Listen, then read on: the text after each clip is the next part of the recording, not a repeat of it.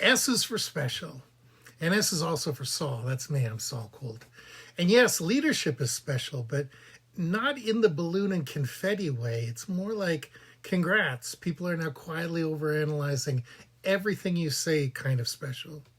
Leadership is special because the stakes change. Suddenly your offhand comment is just a comment. It isn't just a comment, it's a Slack screenshot. Your quick thought becomes direction, your joke becomes lore, and your bad mood becomes a culture problem. It's all fun. But, here's something I'm going to be honest about. It took me a long time to become a good leader, not because I didn't care, because I was convinced I could do it better myself.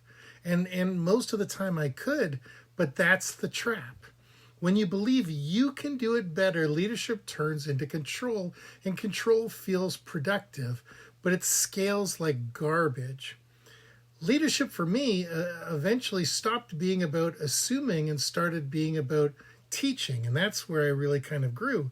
Teaching people how to think, not what to think. Most people think leadership is about having all the answers, and yes, you should have answers. You're the leader, but leadership isn't about having the answer and then being a dick about it. And that's a big thing a lot of people don't learn until very late. It's about knowing where you want people to start, being clear about the outcome you want, and getting the hell out of the way. One of my heroes, Phil Knight, talks about this beautifully in his book, Shoe Dog. He says great leaders define the starting line and the finish line, and they sit back and get amazed by how people get there.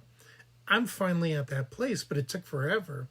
And not only did it take forever, a lot of unnecessary interference, because words don't land where you throw them. They land where people hear them. Something you say in 10 seconds can live rent-free in someone else's head for 10 years, No pressure being a leader. That's why the best leaders don't rush to speak. They don't feel silence just to prove they're in charge. They don't make they don't mistake volume for confidence. They listen longer than feels efficient. They choose their moments. They understand that sometimes the most powerful move is doing absolutely nothing, which I'm going to tell you is incredibly hard for leaders. We love doing things, especially unnecessary things, but here's the real shift.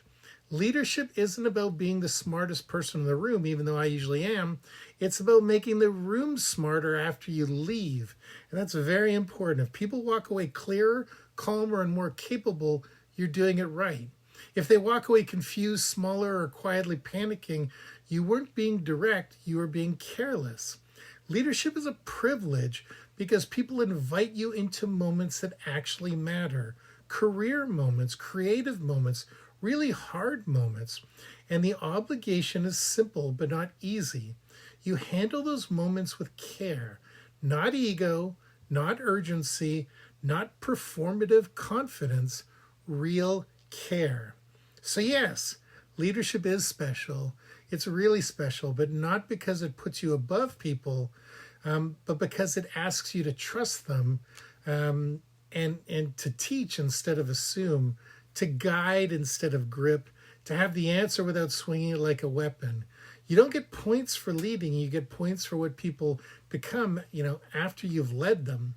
That's the job. That's the responsibility. And that's what actually makes it special.